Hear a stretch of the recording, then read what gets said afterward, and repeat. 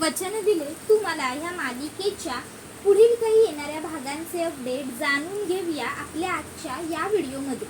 चला तर मग प्रेक्षकांनो सुरुवात करूया आपल्या आजच्या ह्या व्हिडिओला। तर इथे आता आपण पाहणार आहोत की कशा पद्धतीने आता इकडे ऊर्जाला अटक झाल्यानंतर जेव्हा शौर्यने शोध घ्यायला सुरुवात केलेली आहे तेव्हा आता शौर्यला समजणार की कशा पद्धतीने हर्षवर्धनने जाणून बुजून ऊर्जाला ह्या सर्व प्रकरणामध्ये अडकवलं आहे। आता नेमकं शौर्यला सगळं सत्य कसं समजणार, नेमकं काय आणि कसं घडणार, या सर्व गोष्टींचे अपडेट आपल्या ह्या व्हिडिओमध्ये अगदी सविस्तर पाहूया। तर इथे आपण पाहिलंय की ऊर्जाला अटक झालेली आहे आणि आता ऊर्जाला अटक झाल्याच्या नंतर इकडे शौर्य हा खूप जास्त डिप्रेस आहे, खूप जास्त टेन्स आहे। त्याला काहीच कळत नाहीये, काही सुचत नाहीये की बाप रे हे सगळं कसं झालं, ऊर्जाला अटक कशी होऊ शकते। शौर्य खूप जास्त ओव्हर पॅनिक झालेला असतो, पण त्यावेळी आता शौर्य हा स्वतःच्या मनाला समजावतो आणि सांगतो की शौर्य प्लीज प्लीज प्लीज रिलॅक्स हो, रिलॅक्स हो।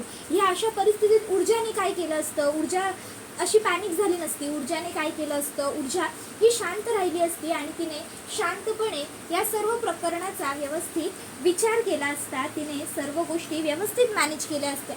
मग आता तू पण तेच करायला हवंस। उगाचच्या उगाच हे असं पॅनिक होऊन चालणार नाही, शांतपणे विचार करायला हवा। ऊर्जाच्या वस्तू, मग शौर्य पहिले तर पोलीस स्टेशनमध्ये जातो आणि ऊर्जाच्या ज्या सगळ्या वस्तू का असतात त्या सगळ्या तिकडे स्वतःच्या ताब्यामध्ये घेतो। आता त्या वस्तू जेव्हा तो ताब्यात घेतो तेव्हा त्याला सगळ्यात आधी ऊर्जाचा मोबाईल सापडतो। ऊर्जाचा मोबाईल ताब्यात येतात शौर्य विचार करतो, येस मोबाईल, ह्या मोबाईलवरतूनच ऊर्जाने त्या व्यक्तीबरोबर कॉन्टॅक्ट केला असेल।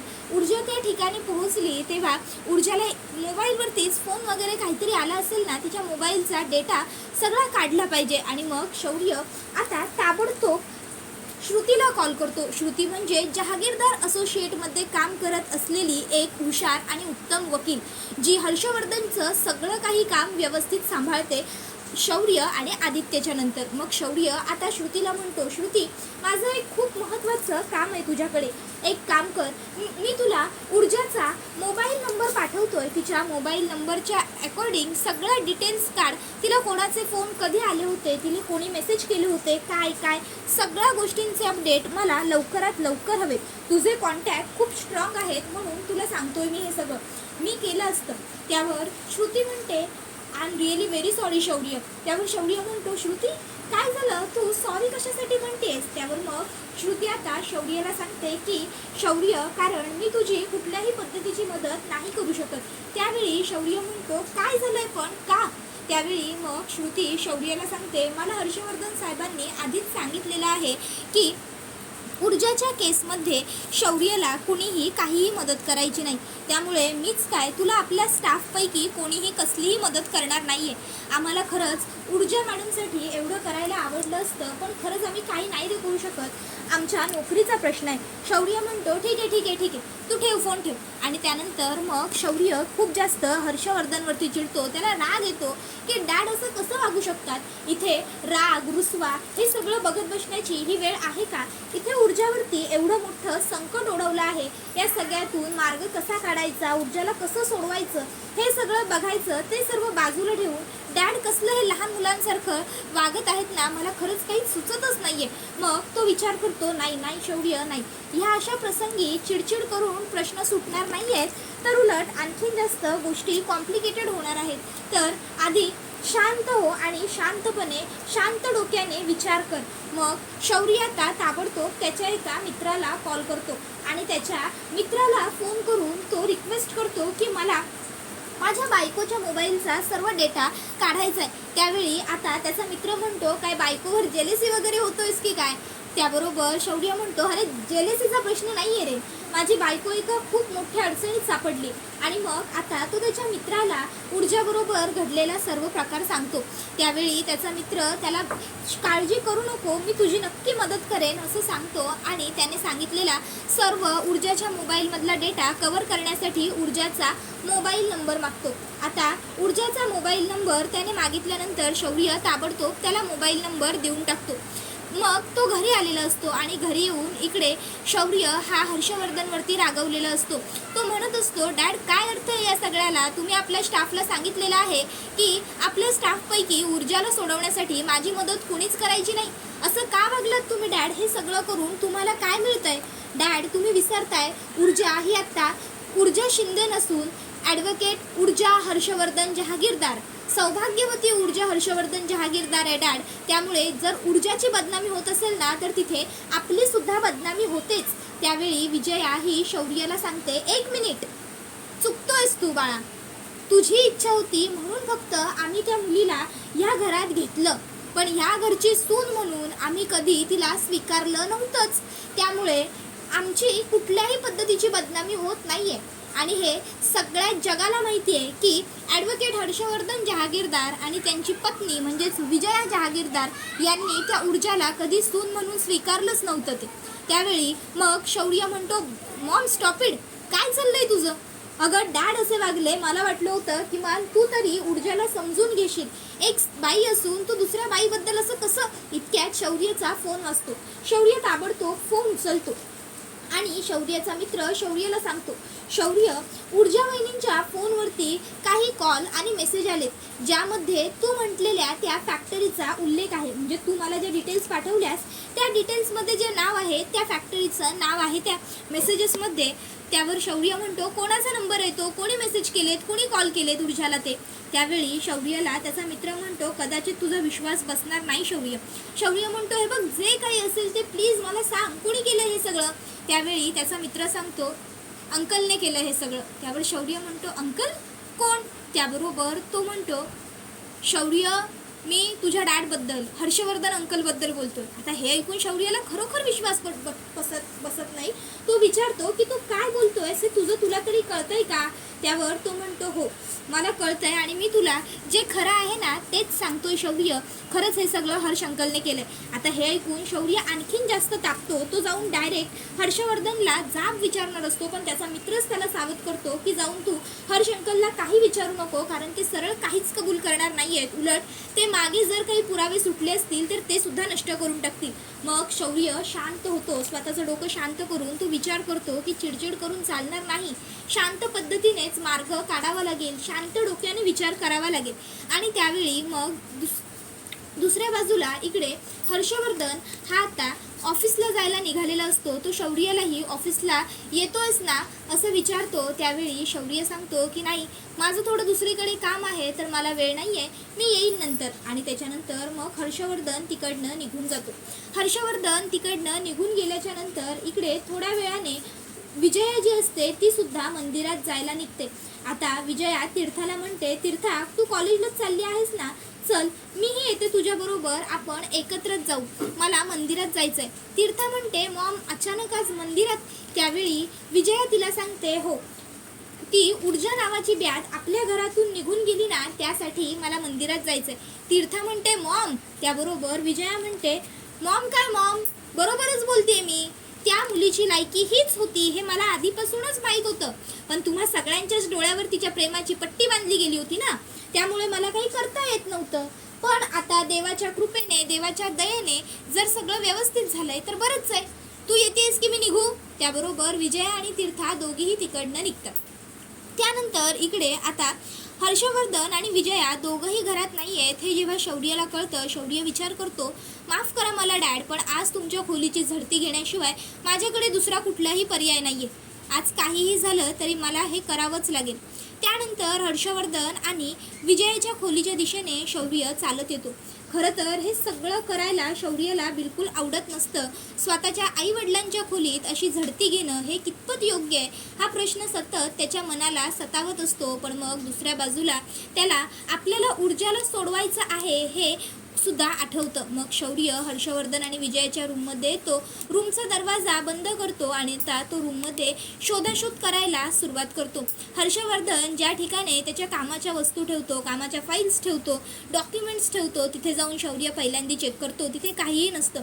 शौर्य विचार करतो, नाही नाही नाही नाही, जर खरोखर या सगळ्याच्या मागे डॅडचा हात असेल ना तर डॅड कधीच पुरावे असे समोर ठेवणार नाही. डॅडने त्यांचा मोबाईल अशा एखाद्या ठिकाणी ठेवला असेल ना की जिथून तो मला सापडूच शकत नाही. शौर्य एंडलेस बाजूंनी विचार कर, जिथे असूच शकत नाही असं असेल ना तिथून विचार करायला सुरुवात कर.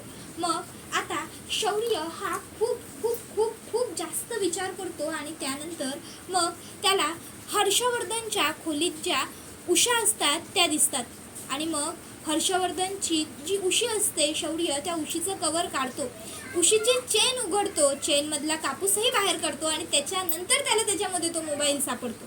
आता तो मोबाईल तो हातामध्ये घेतो आणि म्हणतो, हा मोबाईल हा तर डॅडचा नाही आहे.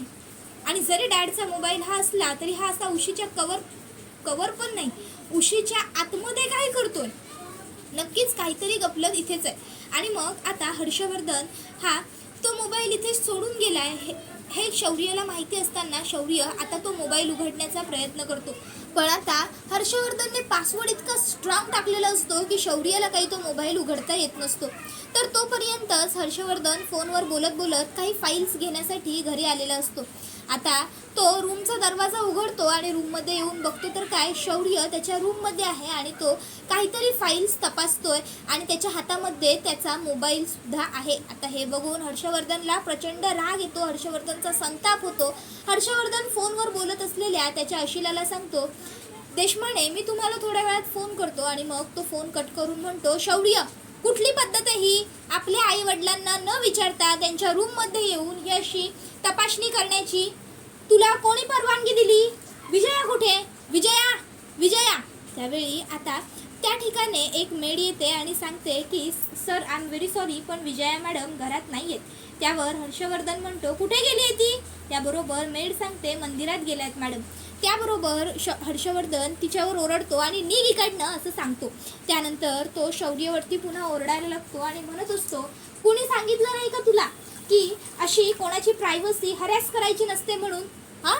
त्याबरोबर शौर्य म्हणतो, एक मिनिट डॅड, पहिली गोष्ट मी काहीही प्रायव्हसी वगैरे हरॅस करत नाही आहे कोणाची.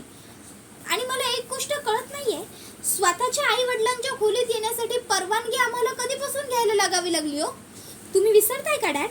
आम्ही लहानपणापासून तुमच्या खोलीत येताना कधीच नॉक नाही करून येत. असो, मला एक गोष्टीचं फक्त उत्तर द्या आणि हो किंवा नाही मध्ये उत्तर द्या.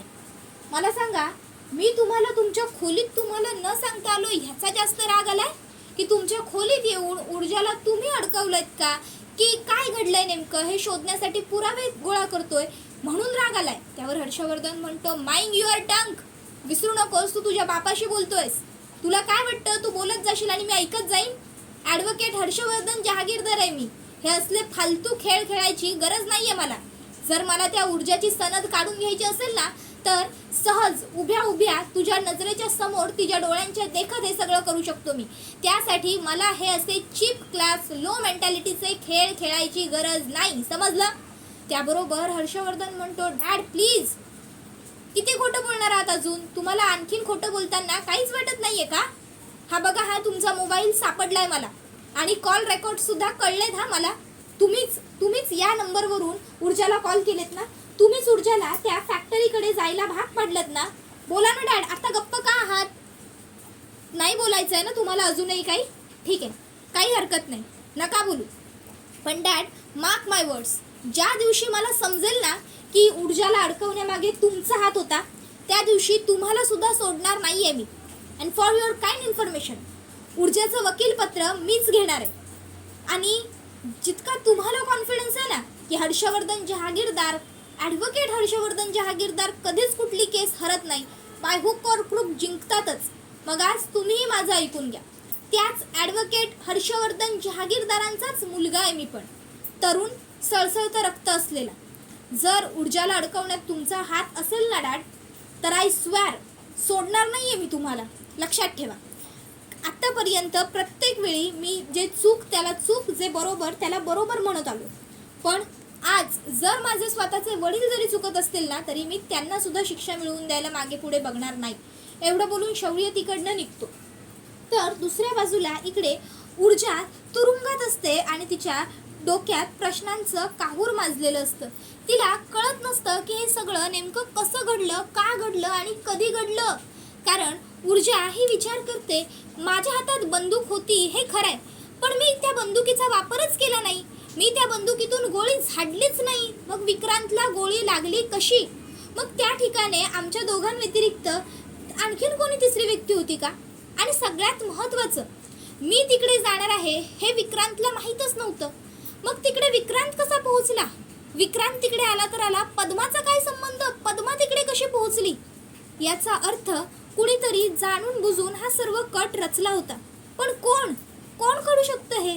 माझ्या वाईटावर कोण उठलं असेल? मला त्रास देऊन, मला असं एकटं पाडून कोणाला काय मिळणार असेल? ऊर्जेच्या मनामध्ये लाखो हजारो प्रश्न असतात, पण उत्तर मात्र एकाचंही नसतं. आणि ऊर्जा मात्र त्या प्रश्नांमध्ये स्वतःला आणखीन जास्त गुंतवत नेत असते. ती उत्तरं शोधण्याचा स्वतःच्या मेंदूला ताण देऊन खूप प्रयत्न करत असते. पण अर्थात हर्षवर्धन या सगळ्याच्या मागे असू शकतो. आपल्या नवऱ्याचा जन्मदाता, आपला सासरा या सगळ्याच्या मागे असू शकतो, असं ऊर्जाच्या मनात सुद्धा येत नाही. ऊर्जा बाहेरच्या लोकांच्या बद्दल विचार करत असते. बाहेर माझे शत्रू असतील असा तिच्या मनात भास होत असतो. पण तिला हेच कळत नसतं की तिचे शत्रू तिच्या घराच्या बाहेर नाही, तर तिच्या घरात, तिच्या कुटुंबातच आहेत. त्याबरोबर आता हा व्हिडिओ तर इथेच संपतो. पण जेव्हा ऊर्जा आणि शौर्याच्या समोर हर्षवर्धन ने केलेल्या या कृत्याचा अगदी उलगडच होऊन जाईल, तेव्हा हर्षवर्धन काय करेल, कशी स्वतःची बाजू सावरेल, काय होईल, हे सगळं जाणून घेण्यासाठी आजच आपल्या चॅनलला सबस्क्राईब करून ठेवा आणि बेल आयकॉन आठवणीने प्रेस करा, जेणेकरून तुम्हाला पुढच्या प्रत्येक व्हिडिओचं नोटिफिकेशन मिळत जाईल. चला तर मग प्रेक्षकांनो, आजच्या पुरतं इथेच थांबूया. पुढचा व्हिडिओ येईपर्यंत या व्हिडिओचा आनंद घेत राहा. टाटा, बाय बाय, धन्यवाद. Take care all of you.